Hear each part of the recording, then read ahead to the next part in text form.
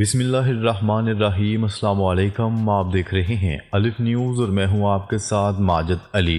شامل کرتے ہیں پاکستان اور دنیا بھر سے بریکنگ نیوز ہیڈ لائنز۔ صہیونی حکومت نے گریٹر اسرائیل کا متنازع نقشہ جاری کر دیا۔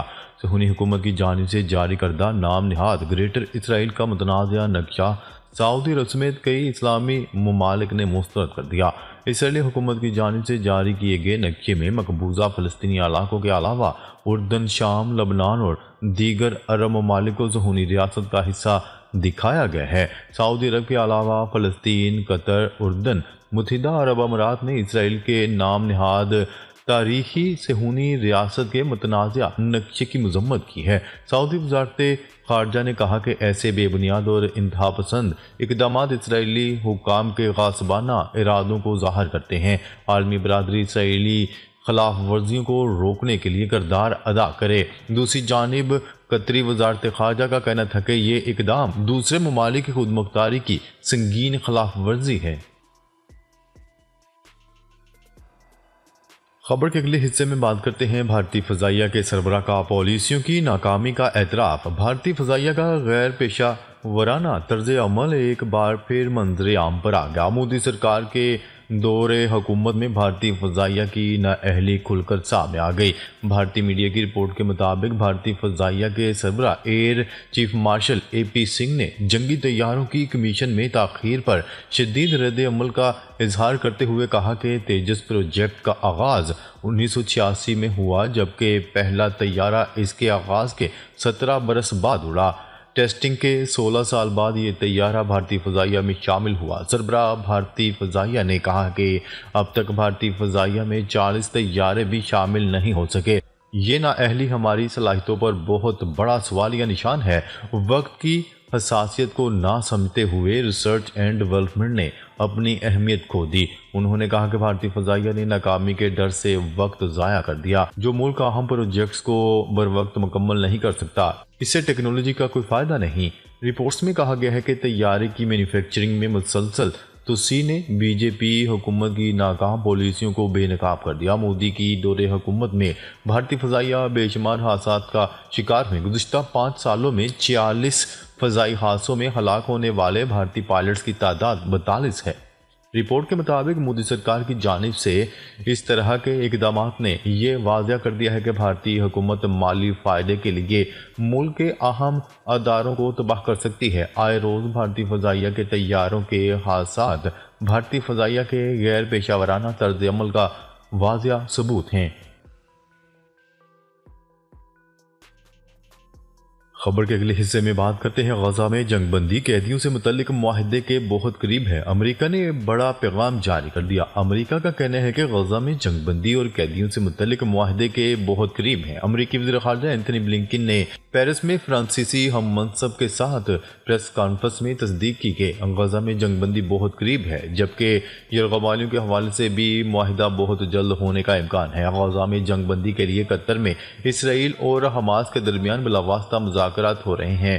قطری وزارت خارجہ کی جانب سے جاری بیان میں کہا گیا تھا کہ غزہ میں جنگ بندی کے مذاکرات تکنیکی سطح پر جاری ہیں اور وفد قاہرہ اور دوحہ میں مسلسل ملاقاتیں کر رہے ہیں۔ اسرائیل نے فلسطین کی غزہ کی پٹی میں جنگ بندی کے معاہدے تک پہنچنے میں ناکامی کے حوالے سے حماس پر نئے الزامات عائد کیے ہیں۔ اسرائیلی وزارت خارجہ کے ڈائریکٹر جنرل نے کہا کہ کسی معاہدے پر پہنچنے کا واحد راستہ تحریک حماس پر دباؤ ڈالنا ہے۔ جنگ بندی معاہدے تک پہنچنے حماس پر اثر و رسوخ رکھنے والے ممالک اہم کردار ادا کر سکتے ہیں۔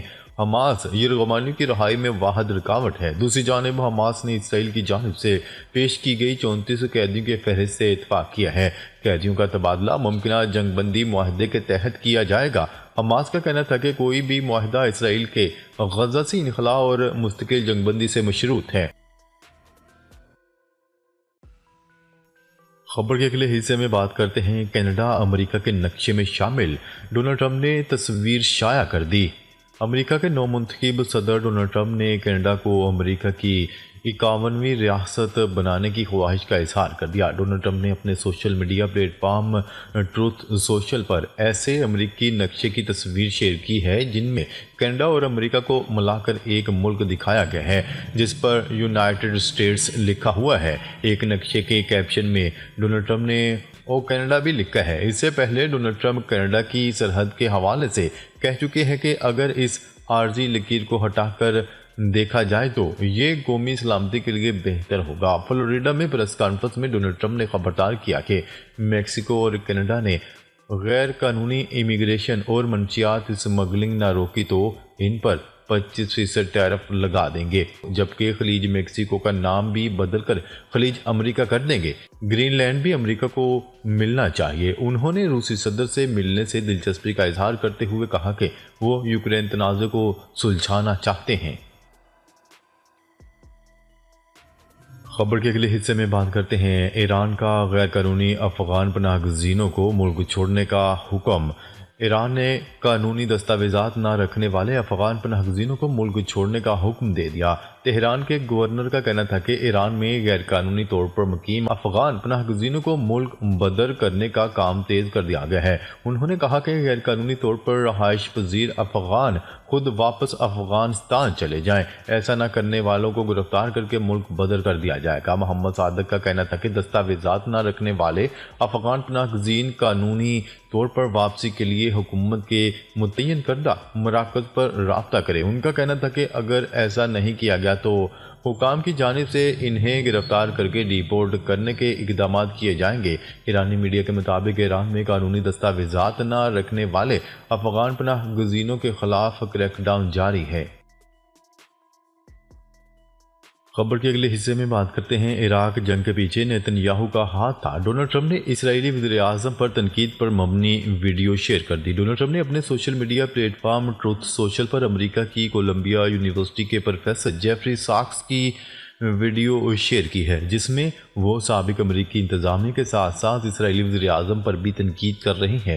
ویڈیو میں جیفری ساکس کا کہنا تھا کہ روس کے شام میں مداخلت کرنے سے 4 سال قبل اوباما حکومت نے CIA کو بشار الاسد کا تختہ الٹنے کا حکم دیا تھا۔ جیفری ساکس کا کہنا تھا کہ امریکہ کی عراق جنگ کے پیچھے دراصل موجودہ اسرائیلی وزیر اعظم نیتن یاہو کا ہاتھ تھا۔ انہوں نے کہا کہ 1995 سے نیتن یاہو کا خیال رہا ہے کہ حماس اور حزب اللہ سے چھٹکارا پانے کا واحد حل یہی ہے کہ ان کی حمایت کرنے والی حکومتوں کا تختہ الٹ دیا جائے، اور یہ حکومتیں عراق، شام اور ایران کی حکومتیں تھیں۔ جیفری ساکس نے کہا کہ نیتن یاہو آج تک امریکہ کو ایران سے لڑوانے کی کوششیں کر رہے ہیں۔ جیفری ساکس نے نیتن یاہو کے بارے میں تلخ جملوں کا استعمال کرتے ہوئے کہا کہ انہوں نے امریکہ کو کبھی نہ ختم ہونے والی جنگوں میں پھنسایا ہے۔ اسرائیلی وزیر اعظم کے مطابق جیفری ساکس خود بھی ایک یہودی ہیں جو عوامی فورمز پر اسرائیل کی مخالفت کے حوالے سے جانے جاتے ہیں۔ ان کی یہ ویڈیو گزشتہ سال کی ہے۔ خبر کے اگلے حصے میں بات کرتے ہیں امریکہ کی جنوبی ریاستوں ٹیکساس، اوکلاہوما اور ارکنساس میں برفانی اور بارش کے ایک اور طوفان کا سامنا۔ طوفان کے زیر اثر آج رات شروع ہونے والی برفباری اور بارش کا سلسلہ جمعے کی صبح تک جاری رہنے کا امکان ہے۔ دوسری جانب برطانیہ میں بھی موسم کی شدت برقرار ہے۔ لندن میں برفباری کا سلسلہ جاری ہے۔ برطانیہ کے کچھ علاقوں میں آئندہ چند دنوں میں درجہ حرارت -20 ڈگری تک گر سکتا ہے۔ برطانوی میڈیا کے مطابق لندن میں رات کو درجہ حرارت -3 ڈگری تک گرنے کا امکان ہے۔ خبر کے اگلے حصے میں بات کرتے ہیں سنگاپور کا پاسپورٹ دنیا کا طاقتور ترین جبکہ پاکستانی کمزور ترین میں 5ویں نمبر پر۔ 2025 کی پہلی شش ماہی کے لیے دنیا بھر کی طاقتور ترین پاسپورٹ کی فہرست میں پاکستان ایک بار پھر سب سے نیچے موجود ممالک میں شامل۔ ہیلنے اینڈ پارٹنرز کی جنوری سے جون 2025 کے لیے جاری کی گئی فہرست میں ایشیائی ممالک سنگاپور کا پاسپورٹ دنیا کا طاقتور ترین پاسپورٹ۔ سنگاپور کے پاسپورٹ رکھنے والے 195 ممالک میں ویزے کے بغیر سفر کر سکتے ہیں۔ دنیا کا دوسرا طاقتور ترین پاسپورٹ بھی ایشیا ملک جاپان کا ہے۔ آپ 193 ممالک میں ویزا فری سفر کر سکتے ہیں۔ جنوبی Korea, France, Germany, Italy, Spain اور فن لینڈ کے پاسپورٹ مشترکہ طور پر تیسرے نمبر پر، Austria, Denmark, Ireland, Luxembourg, Norway, Sweden اور نیدرلینڈ کے پاسپورٹ 191 ملک میں ویزا فری داخلے کے ساتھ چوتھے نمبر پر، Belgium, Portugal, New Zealand, Switzerland اور برطانیہ کا 5واں نمبر ہے، کینیڈا، مالٹا اور پولینڈ کے پاسپورٹ 7ویں نمبر پر ہیں۔ پاکستان کمزور ترین پاسپورٹ رکھنے والا 5واں ملک قرار پایا ہے۔ پاکستانی پاسپورٹ کے حصے میں 103 نمبر آیا ہے، اس پر 33 ممالک میں ویزا فری داخلہ ممکن ہے، جبکہ یمن کا پاسپورٹ بھی 103 نمبر پر موجود ہے۔ عراق 104، شام 105 اور افغانستان 106 رہے۔